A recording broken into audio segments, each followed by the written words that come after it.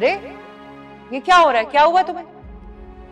सीढ़ियां चढ़ रही थी, पाँव स्लिप हो गया। पाँव स्लिप हो गया?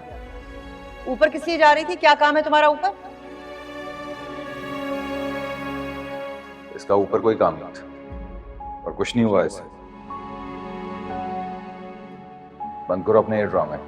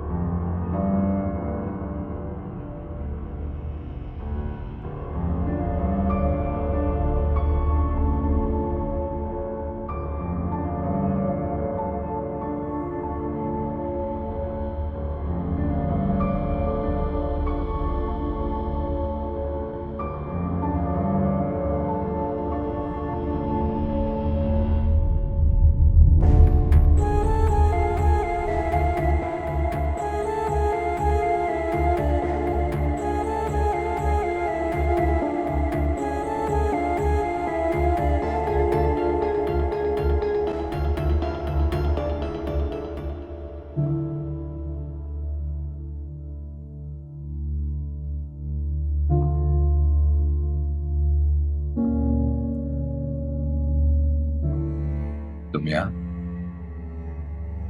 मेरी आंख खुली तो आप कमरे में नहीं थे तो ऐसा पहली बार थोड़ी हुआ। हाँ, पहली बार तो नहीं हुई। दिल घबरा था मेरा। आओ बैठ।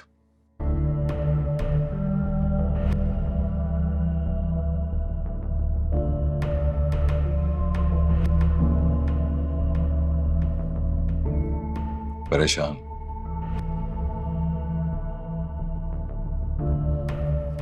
एमन की वजह से? नहीं। तो फिर मेरी वजह से? आप इस लड़की का कोई फैसला क्यों नहीं करते? फैसला तो मैं कर चुका हूं, तुम अच्छी तरह से जानती हो। मैं अजियत में हूँ। मत रो। इसका यहाँ रहना बर्दाश्त नहीं होता है, नहीं होता है बर्दाश्त। बर्दाश्त तो करना पड़ेगा। जब तक वो जिंदा है वो इसी घर में रहेगी, तस्लीम कर लो इस बात। आपको समझ क्यों नहीं आती है? समझती क्यों नहीं है कि तुम समझती हो? तुम खुद बताओ, आज तक मैंने कभी कोई ऐसा काम किया है जिससे तुम्हें अजियत? शायद ना किया हो, लेकिन अभी तो मैं आपको बता रही हूँ कि मुझे आपके इस कदम से, इस फैसले से अजियत पहुंच रही है। देखो परी, जितनी जल्दी खुद को संभाल लो उतनी जल्दी इस अजियत से छुटकारा पालोगी। सॉरी, एक ईमेल है मुझे वो करनी है। जाओ जाके सोचो।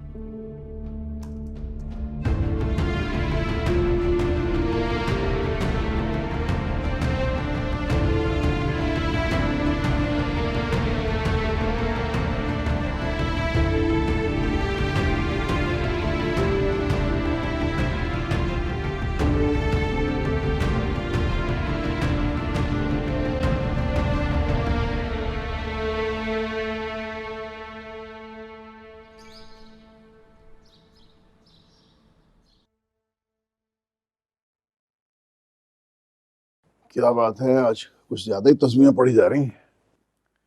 आप हर वक्त मजाक ना किया करें, आपको अच्छा भला पता है परेशान हूँ। बच्ची घर आके फिर बैठ गई। तो उसमें परेशानी वाली बात क्या है? बच्चे तो हर दूसरे दिन यहाँ आके बैठी रहती शौहर से लड़के। अजी उस वक्त बच्चे छोटे थे, महविश घर पे रहती थी, उनकी दादी उनके पास थी। अब तो हालात ही कुछ और है, बल्कि बहुत ही बुरे हैं। चलो शुक्र है तुम्हें समझ तो आ रही है। क्या मतलब है आपका? क्या मैं बेहिस हूँ? बेहिस ना होती तो बेटी को समझाती ना। अरे तो आप समझा लेना, मेरी तो वो बात नहीं समझती। मैं उसे समझाऊं? पहले तो तुम हमेशा उसकी बातों को हवा देती रही हो, उसके गलत फैसलों को सही गर्दानती रही हो, अब मुझे कह रही हो कि मैं समझाऊं? मैं तो खुद ये समझ नहीं पा रहा हूं कि कहां मेरी परवरिश में कमी रह गई है। क्यों मैं अपनी बेटी को अक्ल और शऊर नहीं दे सका? क्यों मैं उसके जहन में ये बात नहीं डाल सका कि शौहर और बच्चों की एक इज्जत होती है? क्यों नहीं समझा सका कि रिश्तों को समेट के रखा जाता है? घर की चार दीवारी से बात निकलकर बाहर आ जाए तो ना औरत की इज्जत बाकी रहती है और ना बच्चों की तरबियत ही हो सकती है। सारा कसूर आफिया पे ही मत डालें। आप ये भी तो सोचें कि हारिस ने यहाँ आके कितनी बदतमीजियां की हैं, अपने ही घर की इज्जत की कितनी बेइज्जतियां करता रहा है। ये सब भूल गए आप? क्या उसने कभी ये सोचा कि आफिया उसके घर की इज्जत है, उसके बच्चों की माँ है, और आपने ये बातें कभी सोची? मुझे ये बातें सोचने की जरूरत नहीं है। हारिस मेरा खून नहीं है कि मैं उसे समझाता फिरूं। मुझे तो अपनी बेटी को समझाना चाहिए ना, और उसे हमने कभी समझाया नहीं। इसी बात की माफी मांग के रहा हूं अपने रब से कि वो बेटी को हिदायत दे, और तुम्हें भी। मैं तो चाहती हूँ कि वो अपने घर वापस चली जाए। आज चाहती हो ना कि वापस चली जाए, वरना जब भी पहले कभी आगे बैठा करती थी तो तुम ही उसे पट्टियां बढ़ाया करती थी, भड़काती थी कि हारिस आएगा तब जाना। तो आप भी बिठा के रखो, आ जाएगा हारिस। अब हालात कुछ और हो गए हैं, बच्चे बड़े हो गए हैं, उनका कुछ पता नहीं है, और वो जो दानी है उसको कोई परवाह नहीं घर की, आए आए ना आए ना आए। तो बिठा के रखो ना बेटी को, तुम पे भारी तो नहीं है, और ये कहती भी रही हो तुमसे। आज क्यों बोझ लग रही है तुम्हें? बर्दाश्त करो। उन दोनों मियाँ बीवी का किया बच्चे भुगत रहे हैं ना, तो तुम भी भुगतो।